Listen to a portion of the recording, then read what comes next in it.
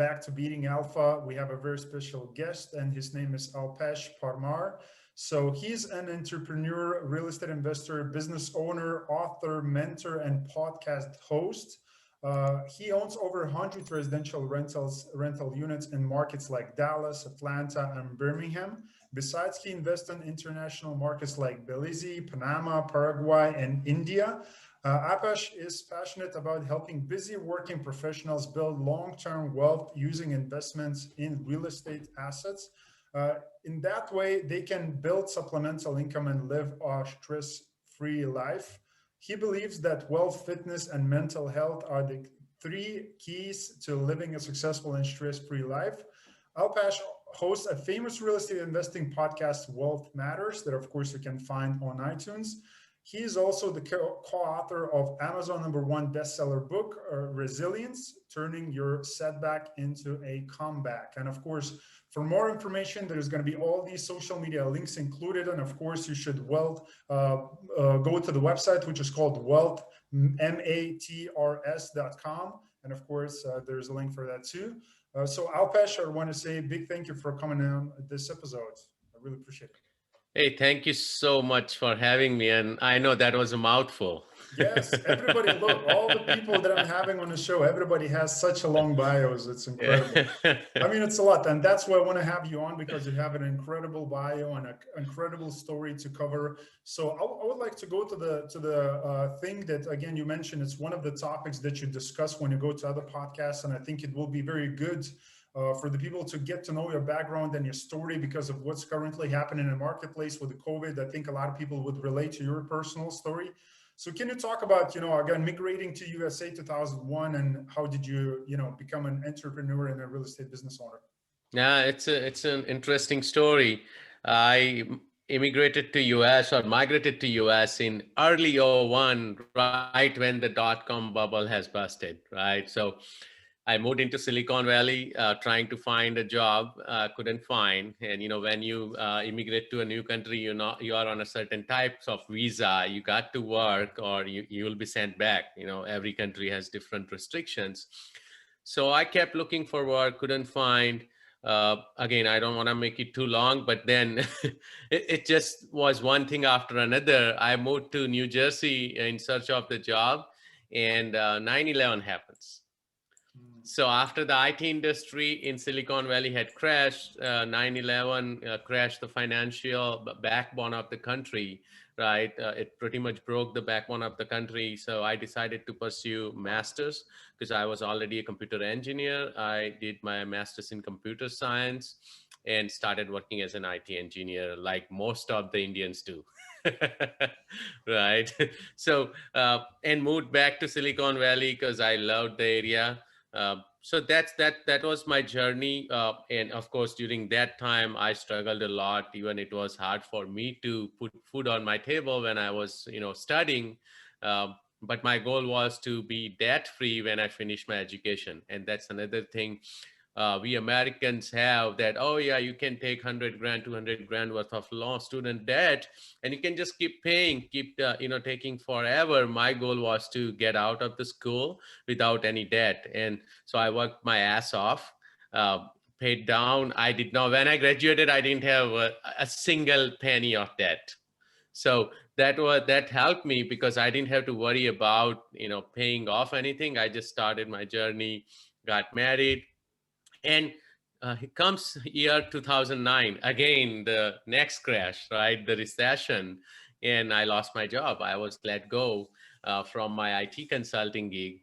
And somehow, maybe, definitely it was a blessing in disguise, but somehow I got into doing my own independent consulting. So I moved from, if you have read, and I'm 100% sure you have read Rich Dad Poor Dad and Cash Flow Quadrant. So I moved from that employee quadrant to self-employed quadrant, right? So ESBI, right? So that started shifting my mindset already, that, oh, okay, this is how it works. I can write off a lot of my expenses. I'm going to start my corporation. So I was able to, again, everything legally. And that's when people complain about Trump, he's doing everything legally. Real estate is a vehicle which gives you tons of tax benefits, right? Same way owning a business too. So once I started doing that, I realized that I don't want to work for anyone. Basically, I was unemployable. So that was the journey. Then I started my own business, IT consulting business. So moved into ESB business quadrant, and pretty much at this point I'm into right between B and I quadrants. I'm trying to move from business to investor quadrant. So that's my journey. So last 10 years have not reported to anyone, haven't worked for anyone. I have been my own boss. So that does not mean I'm retired, and I'm not going to retire. When people say, they want to achieve financial freedom and retire, I don't think anyone does retire, or anyone wants to retire, right? It's just that time freedom, that you can work on your own time.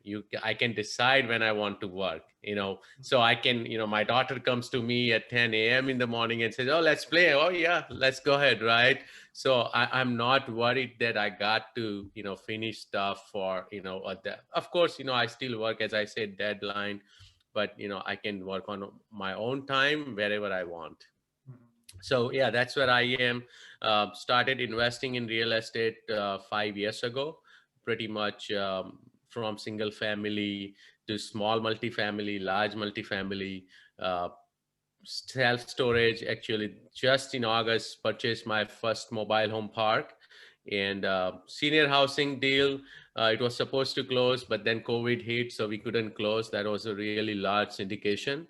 So actually, next year we are planning to start construction, just build a brand new senior housing facility. That's the plan.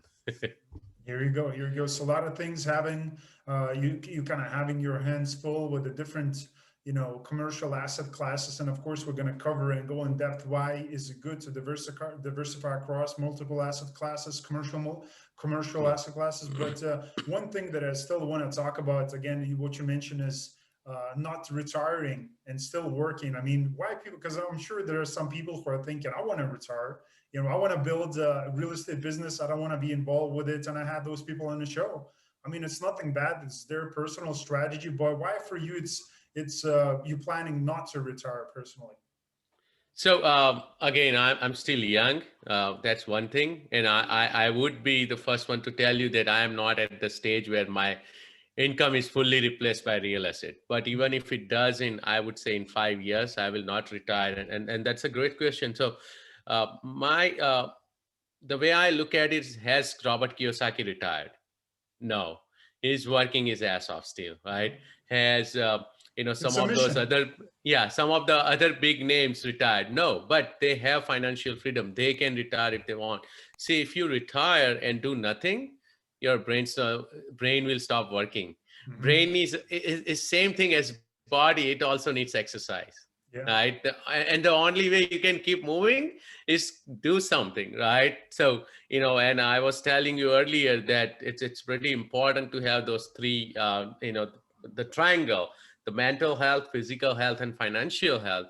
Once you have, and what people try to do is that, oh, once I become financially free, I'm going to focus on my mental and physical health.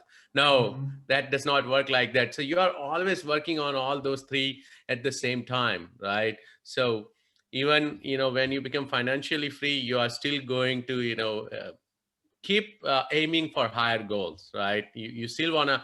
And for people like Bill Gates or Mark Zuckerberg, they don't need to work, Mm. right? Why are they working hard? Like Bill Gates now spending a lot of his time.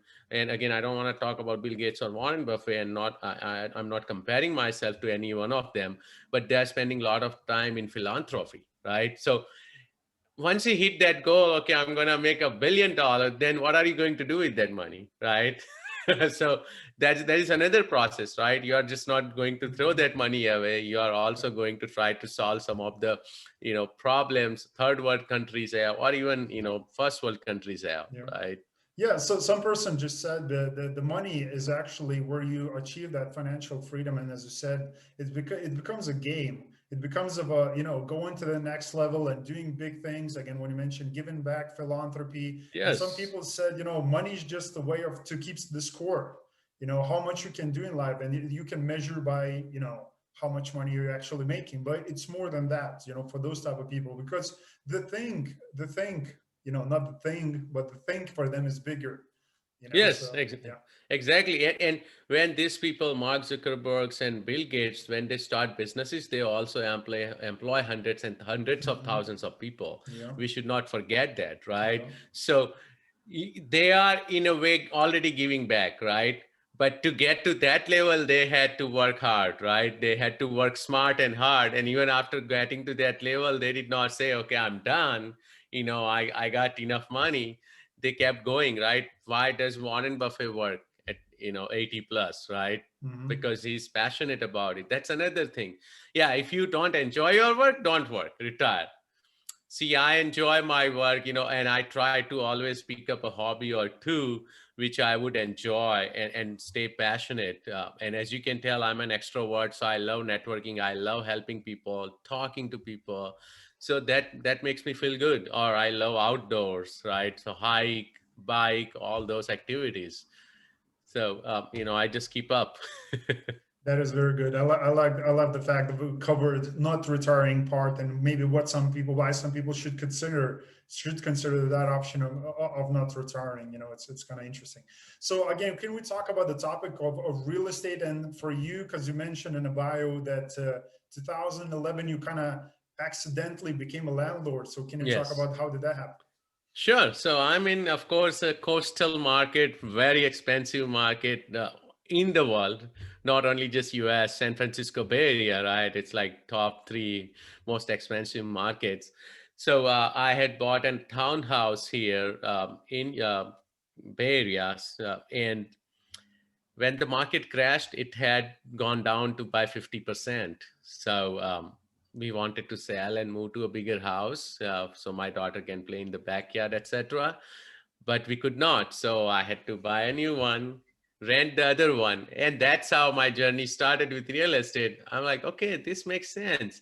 See, if I would have bought this at the 50% price, I would be making money, right? Not at the price I paid. So I was barely breaking even. But I kept thinking that real estate is cyclical, but then the other markets may not be cyclical. So those 4 years, I did not invest from 2011 to 2015 because I had already put a big down payment on my new house. Plus, I was trying to cover for the old. But those 4 years, I managed the property, right? So I learned the insights of property management. I started thinking like a real estate investor. And then come 2015, I picked up the book, the blue book I just mentioned, Rich Dad, Poor Dad, and the cash flow quadrant. And that changed my mindset. I'm like, why am I doing this in my own backyard? So I sold that property. It was breaking even that year and started buying out of state. So basically, I don't invest in California. Actually, I had one property, 9 unit here in Mhm. California, And about for what five. reasons? Sorry, for what reasons you don't Sure, go for it's deals? too expensive. It's a speculative market, and I don't like gambling. Even I go to Vegas every year, but I don't gamble. So for me, yes, for entertainment you could, right, but not investment. Just, just to say that you have a property in California and it sounds sexy, right? Right, exactly. So because if you remember the 1% rent to price rule, California, you would barely meet point 0.4, point 0.5. If you can meet point 0.5, that would be awesome. Most of the markets in California. So, but we had found one property, my partner and I, and we had bought a 9 unit from about 5 hours drive from me, which we just, not just about, we closed about 5 months ago. So officially, I don't have own anything in California right now. And again, if the time makes sense, I'm hoping for a correction, right? Because that has to happen. It's unaffordable, especially the coastal and the western U.S. markets. It's very unaffordable for most of the people when you cannot buy a property for less than a $1 million in most of the San Francisco Bay Area. So I'm hoping for a correction. If that happens, I've seen the cyclicality of the market. I may buy a property or two, but the goal is to have that cash flow which supplements or slowly replaces my income, right? So Mm. in that case, you can't wait for that lottery to hit, right, after 4 or 5 years. There you go. So can you talk about, again, not investing in California kind of for the obvious reasons, again, for you and maybe for the people who are looking to invest California, you just explained why not to. But again, there's 50 different states that you have options to invest to, again, Yes. 49 excluding the California. So why have you choose to invest in Dallas, Atlanta, and Birmingham? For what reasons? Great question. So I started when my very first property, turnkey property I bought in Cleveland, Ohio. Never been to Cleveland. Didn't see the property, nothing.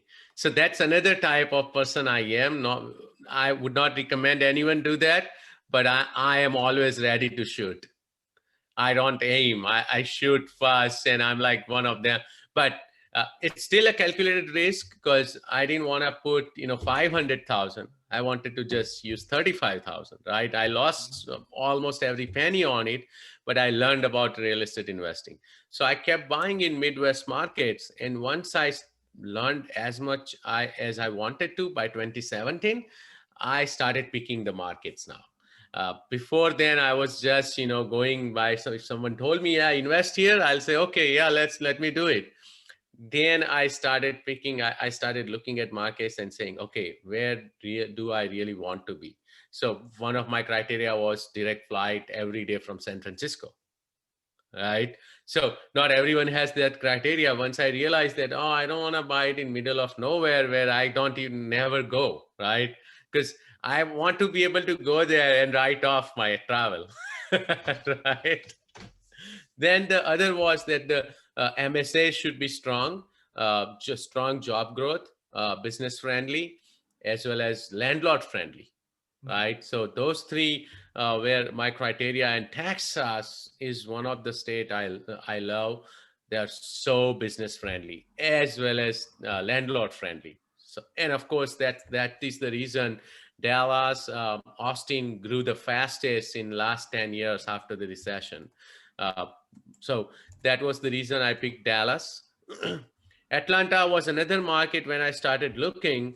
That it was growing, and it was like literally after Dallas and Austin, it was Raleigh and Atlanta. They were also the fastest growing metros as well. So when I picked Atlanta, that was the reason. I went to look at the properties in Atlanta, and someone told me, while you are there, go check out Birmingham.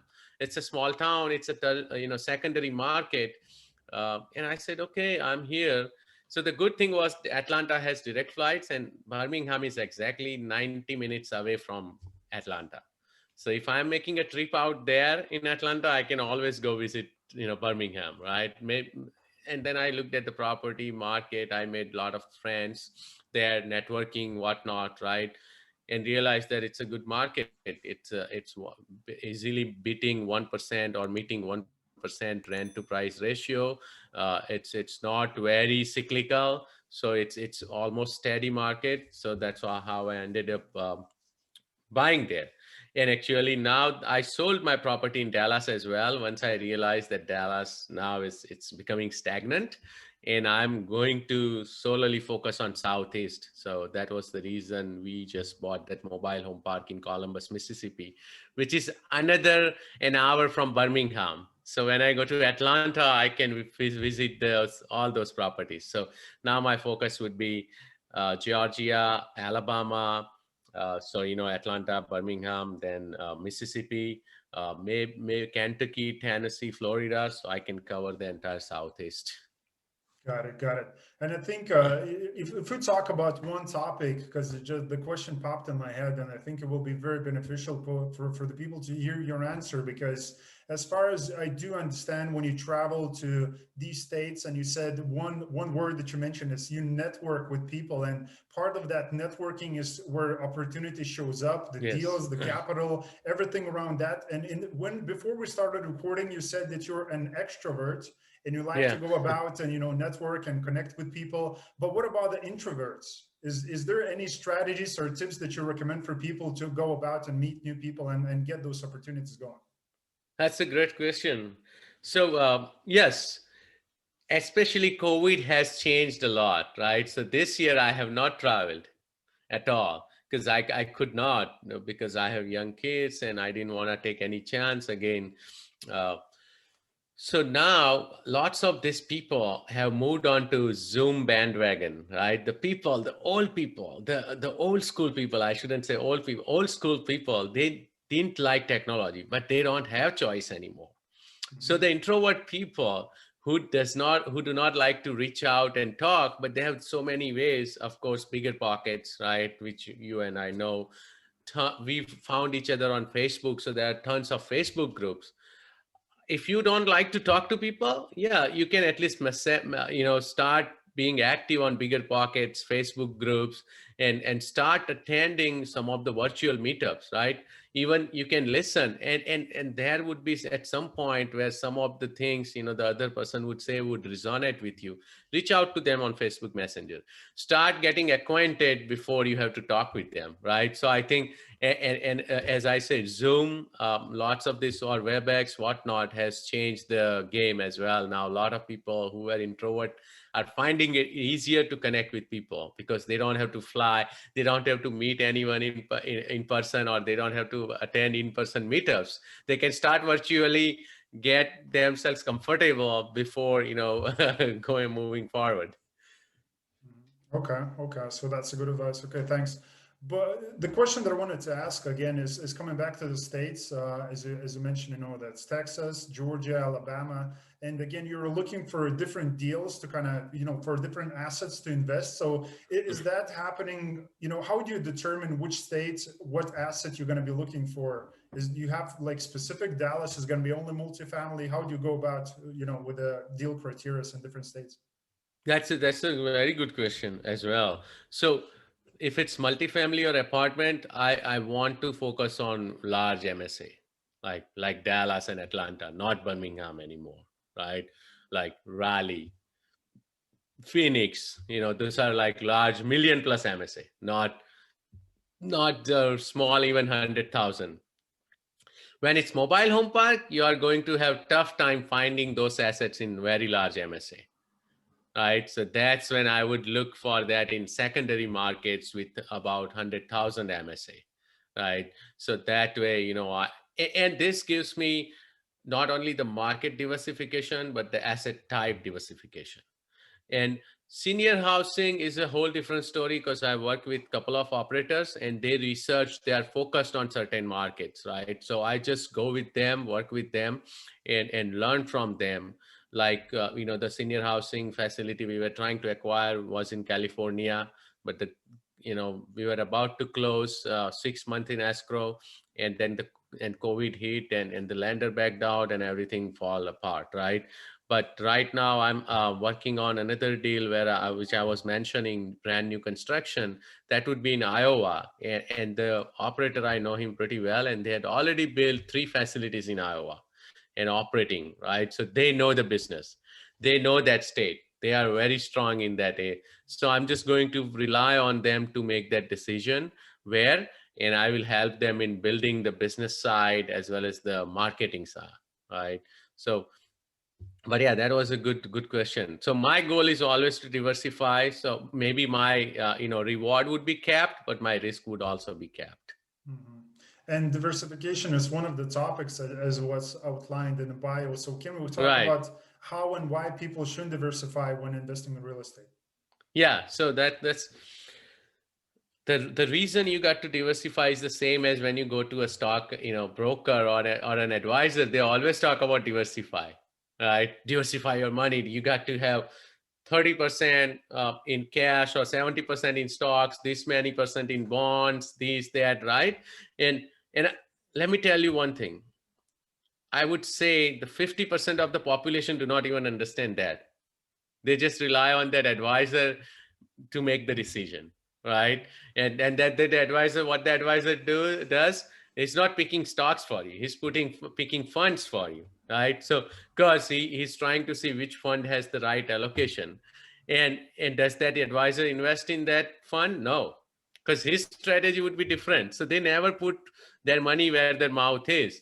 But if you look at it, in real estate world also, we say real estate, but real estate it's a huge world, right? Going from single family, multifamily, mobile home park, senior housing, self-storage, office building, retail, uh, wholesaling. You just mentioned before the podcast.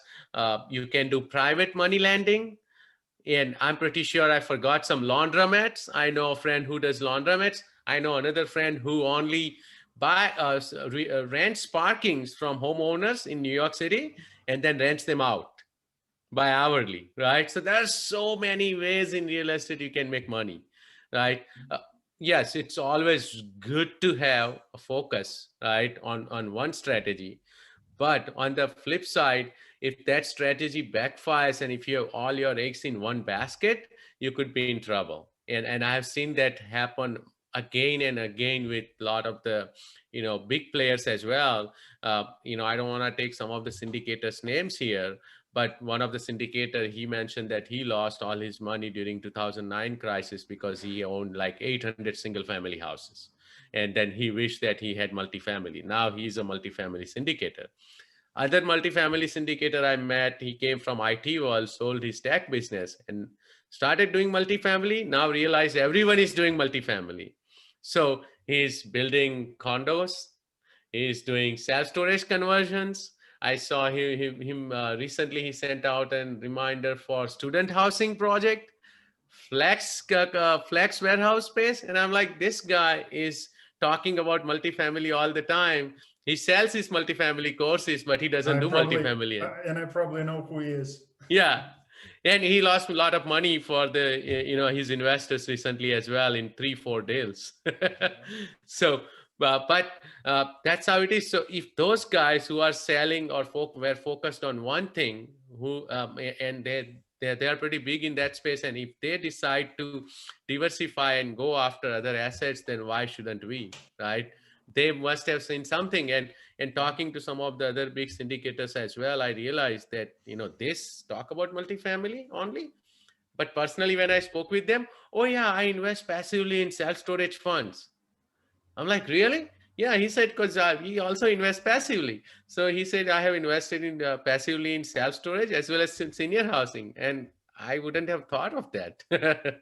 So yes, it's very important not to put your eggs in one basket, even if real estate corrects, and stock market or real estate, all of that are cyclical, right?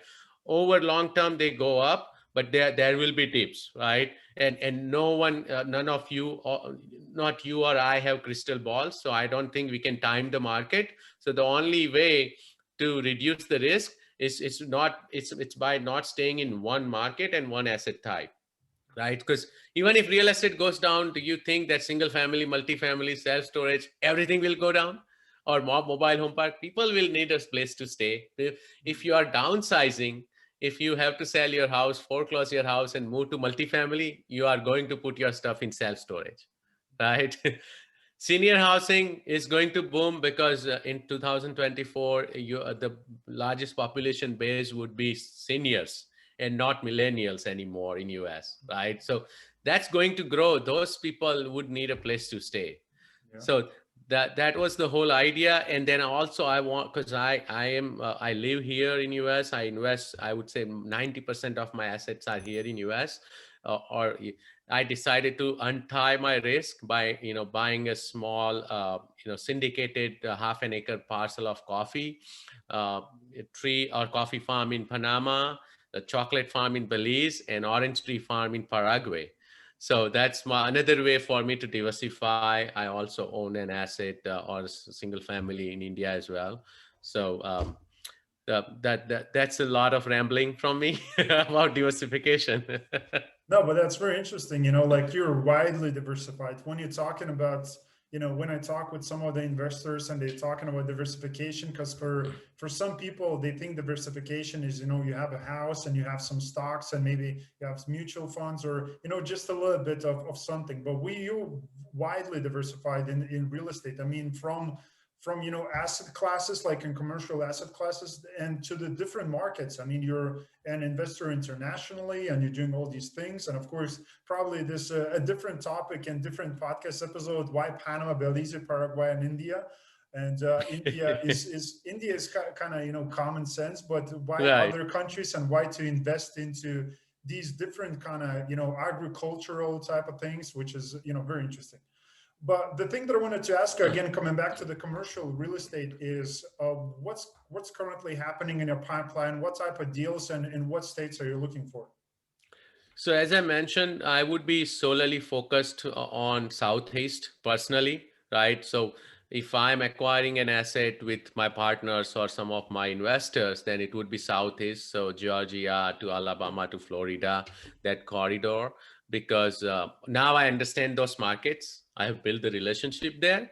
And also I know that I can travel there easily and finish, if I ever have to, I can take a week and just go visit all my properties, right? So that's why, and that does not mean that's the only market someone should focus on. But I have realized that it's even though I invest in different asset types, it's good to focus on certain states and markets, right? That then you understand what's happening in the migration pattern, jobs, etc. Right? So that on the other side, when I'm working with a large operator, and I do work as well, because people would think that diversifying means I'm managing all these assets, I'm trying to focus on all of this. No. So personally, I'll be only focusing on mobile home parks, right, where I put my money in, and I will have my partners or investors. I'll also be putting money in senior housing and other spaces as well, a self storage, but that would be with a large operator who understands the business, right? Hmm. So I don't recommend people doing all of this on their own. Now you can't be a mass, it would be like jack of all, master of none, Yeah. right? So yeah, for those, I would rely on the operator to decide which market. Of course, I will still, um, evaluate the deal, evaluate the market myself before putting my money in. Got it. So talking about the mobile home parks, can you talk about the process? I mean, how do you find the deals? How do you, get in contact with the owners? Which, as far as I heard, mobile home park, unit count is kind of small, and it still stays small because there is not a lot of brand new mobile home parks coming up. Right. So kind of the number is always stays the same. It's not like multifamily where brand new deals are coming up, like Right. thousands of brand new units over a year. So how do you go about and find the owners, and how do you like go about, presenting them the offers? So now I'm moving forward into that stage where I will be reaching out to owners. At this point, I was only working through brokers who I Mm. knew, and there are not many brokers in this space. That's also funny. I know three brokers very well now by this time because I have been evaluating. And as you heard my story earlier, that I was taking action without thinking in mobile home park space. I decided last year that I want to move into that space. I took a year to study, build all that rapport, and I had a track record as well, and there were a lot of connections. So I built rapport with three of the mobile home park brokers really well, who were focused in the area I wanted to go in. I'm pretty sure there are a lot of other mobile home park brokers, but I didn't just want to just reach out to everyone and look like a tire kicker, right? That's also another thing investors do. They don't want to take action, but they like to waste their time and some other person's time, right? Oh yeah, I'm ready. But that's one thing. There is another. There are websites called like MH Village, mobilehomeparkvillage.com, mobilehomeparkstore.com, as well as loopnet.com. Uh, Definite. I don't think you'll find the best deals out there, but it's a good way to start looking at deals, evaluating the deals, understand the market, and then start reaching out to the brokers who have listed those deals. Right? That would be, you may close one out of those. But LoopNet is that's what people say, that LoopNet is the place where deals go to die. Right? Because when they could not sell it anywhere, that's when they put it on LoopNet. Uh, but I've heard stories where some of my friends were able to even make deals out of LoopNet as well. So there is Yeah, that always depends what they're looking for. If they're looking for exactly, distressed properties, yeah, they can find those. exactly, Yeah. exactly. So I hope I answered your question. The advantage with mobile home park is cities don't allow them to build anymore, right? So it's not like Mhm. more multifamily there. At some point, you are going to have more supply. Maybe not this year, maybe not next year, but in 5 years, 10 years, I don't know. In mobile home park space, you are not going to have more supply because they don't allow you to build anymore. So you have to be outside city limits. You have to jump through hoops. And on top of that, lots of the mobile home parks are getting sold and being converted to multifamily, right? So you are actually losing mobile home parks and not gaining, right? So there will always be demand. And mobile home park, there is a stigma to it. Even when I heard about it, I'm like, why would someone invest? Why would I invest? Why want to deal with druggies, these, that, um, the lower class of people? But that's not how it is. We need to provide, as a real estate investor, we also need to think about those category of people, and we need to provide affordable housing. Yeah. If I can make money while changing someone's lives, why wouldn't I do it, right? If I can provide a safe, reliable housing, right, turn up the community which is a district, make it really nice, as well as the same time I make money, it's a win-win for everyone, right? For the city, for the county, for myself, for the people who live there, and the people who are employed there, like my property manager or general contractor, right? So that was one of the reason I thought about it. The second reason is mobile home park. There are people who prefer, even though comparably a multifamily may have more amenities or nicer, some people think that they are still living above or below someone, right? They don't have the privacy. In mobile home park, you have your own space. You are not sharing any wall. You can have a small backyard or front yard as well. And you may be paying the same rent as a multifamily, a one bedroom apartment, but you'll be in two to three bedroom house, right? So it gives you that piece of freedom as well. So I think home parks are definitely here to stay, unless of course, the multifamily developers that go, the big developers, they go and start buying as many as possible to convert them into multifamily. Yeah, that's a good point, and I love the fact that you said, it's people have this false perspective on mobile home parks. They think, as what you mentioned, just the druggies, that kind of you're going to be having all these problems with those, addicted type of people. Which, if you own a multifamily property, and it could be a Section 8 type of property, or maybe not even, government subsidized property, you still can have those people inside your Right. deals, and those could be very nice properties. But again, maybe the operations, the vetting process on the tenants is not working well, and you're not having the right team in place, and that's how you have those people on. But so that's kind of what I want to talk about, because for a lot of people, again, there's a lot of people coming in on the show talking about multifamily, but not a lot about the mobile home parks. Sorry. So if I want to ask you a question. How is there a strategy that you can use? Let's say the underwriting works, you acquire the deal. How do you go from there? Is there some sort of a value add strategy that you're looking to improve, the units, and is there a way to improve those to increase the rents? How do you go about the operations? Sure. So yes, in mobile home park space, means there are some investors who prefer stable assets, but then you are just going to get stable cash flow, right? In mobile home park space, same as multifamily, you can do light to value add, like heavy value add, and increase the rents and increase the NOI and get out of the asset, right, after 5 years. That's the goal for most of the operators or syndicators. In mobile home park space, if we talk about this deal I have, it's a 44 home space park. Only 14 are occupied, and out of 14, only one is a tenant who owns the home, and 13 are park owned homes. And I still have other 30 park owned homes which are sitting there, which we are going to rehab and rent them out. So right there, I can increase the NOI once because I would rehab them. And same time, I'll rehab the community too, because when you have 30 houses sitting there, of course, there'll be, tree shrubs were growing, all the vegetation, it looks really bad. Water, is clogged all over, right? Etc. Muddy. The poles look older, right? Electrical poles. So all of those will start fixing, including the signage and all. Now you are going to be able to attract the right kind of people, not the wrong kind of people, Yeah. right? Because like in this deal, the mobile home parks, surrounding mobile home parks, all 90% occupied. So what that shows me, that there is demand for the right kind of mobile home park. Only this park was struggling because the seller did not want to spend his own money to rehab.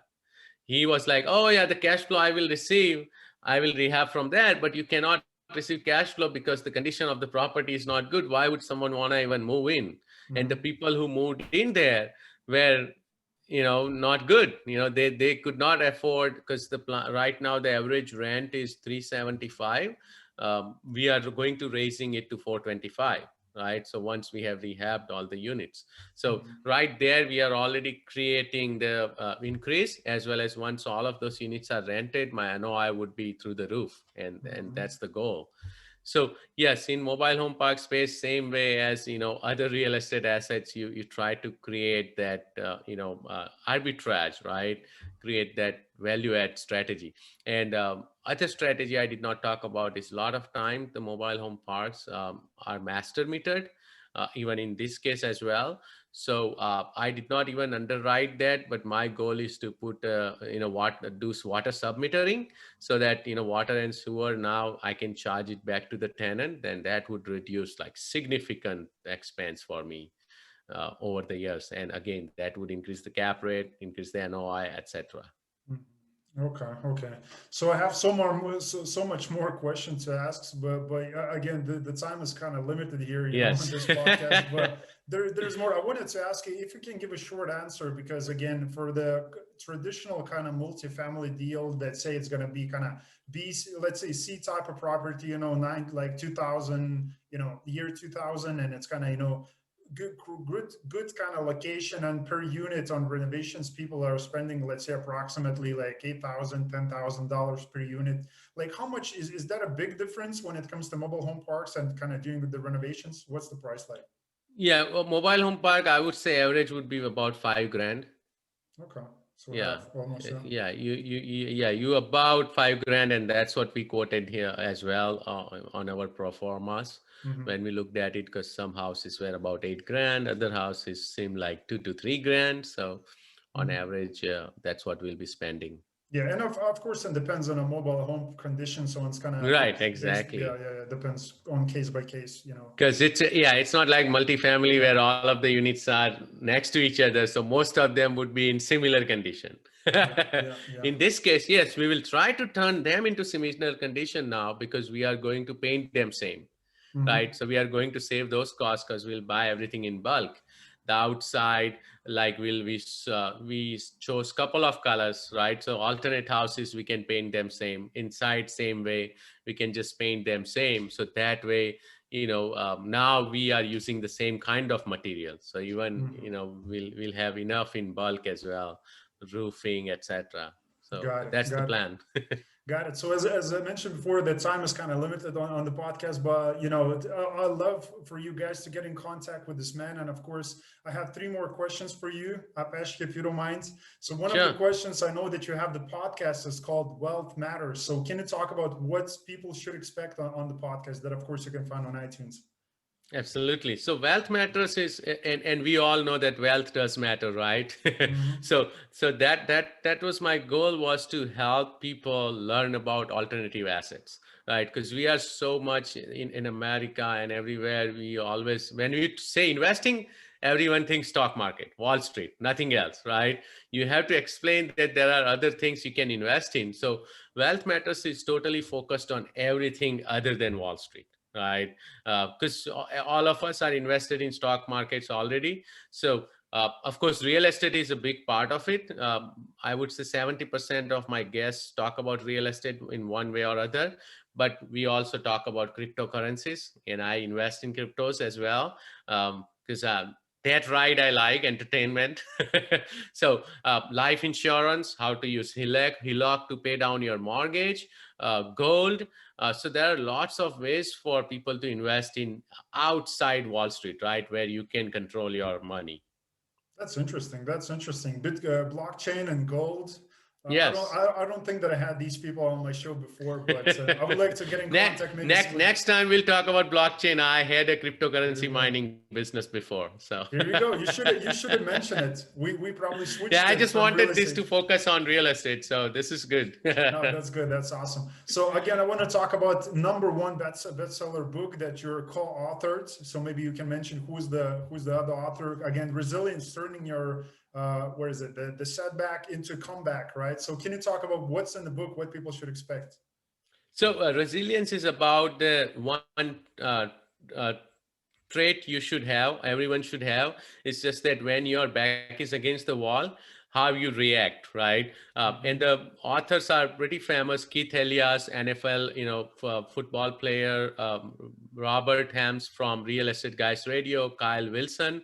So about 32 co-authors came together and wrote a story, stories of their lives, like the story I mentioned about how I came to US and how I was let go, etc. But it's in much more detail. Like every time when my back was against the wall, how I came out of it, right? And resilience was the key, because I always bounced back. I don't like to quit. I love to fight. I like to give it my all, and then decide if it's not for me. If it's not for me, it's not for me. But that's not quitting. That means I gave gave it all, and I realized that it's not going to work, right? Got it. So I love the fact that the attitude that you have for the business and for life. Again, as I mentioned, there is a couple of things that are important to build a stress-free life: is the wealth, fitness, and mental health. Three things that makes the recipe for that kind of stress-free and great life. And I love the fact that you mentioned that you're not gonna retire. As I said in the beginning, you're still gonna continue the business and get involved, as I'm pretty sure, and maybe in different asset classes, maybe different industries, which you're already getting involved into that. But the last question that I wanted to ask you is, what is the legacy that you want to leave behind you? What is the legacy I want to leave behind me? That's interesting. So one is definitely my daughters. I want them to teach the humanity portion, as well as running a business, right? So that's the legacy. And the second is I want to help some poor and needy kids, so which I have been doing already. So I want to build that, like some orphanage areas and all. I want to build schools as well as scholarships for those people. So I'm hoping that I will be able to I will be able to execute those plans. Wow, that is beautiful. That's a good legacy to have, leaving a bigger impact, Yeah. through their communities, and, helping those people to succeed in their personal lives. Beautiful, beautiful. So again, guys and girls, one thing that I wanted to ask you before we're going to go: if you shared this episode with a friend of yours who's looking for those type of strategies, tips, techniques, again, motivation, inspiration, how to get involved with the real estate business or just business. There's a lot of great things and different topics that we covered today. So I really appreciate you coming on the show and again, providing all these great values. So thank you, Alpesh. Absolutely. Thank you so much for having me, man. Thank you. Thank you. And again, guys, make sure to pass along this episode. And as always, I'll see you next time. Thanks,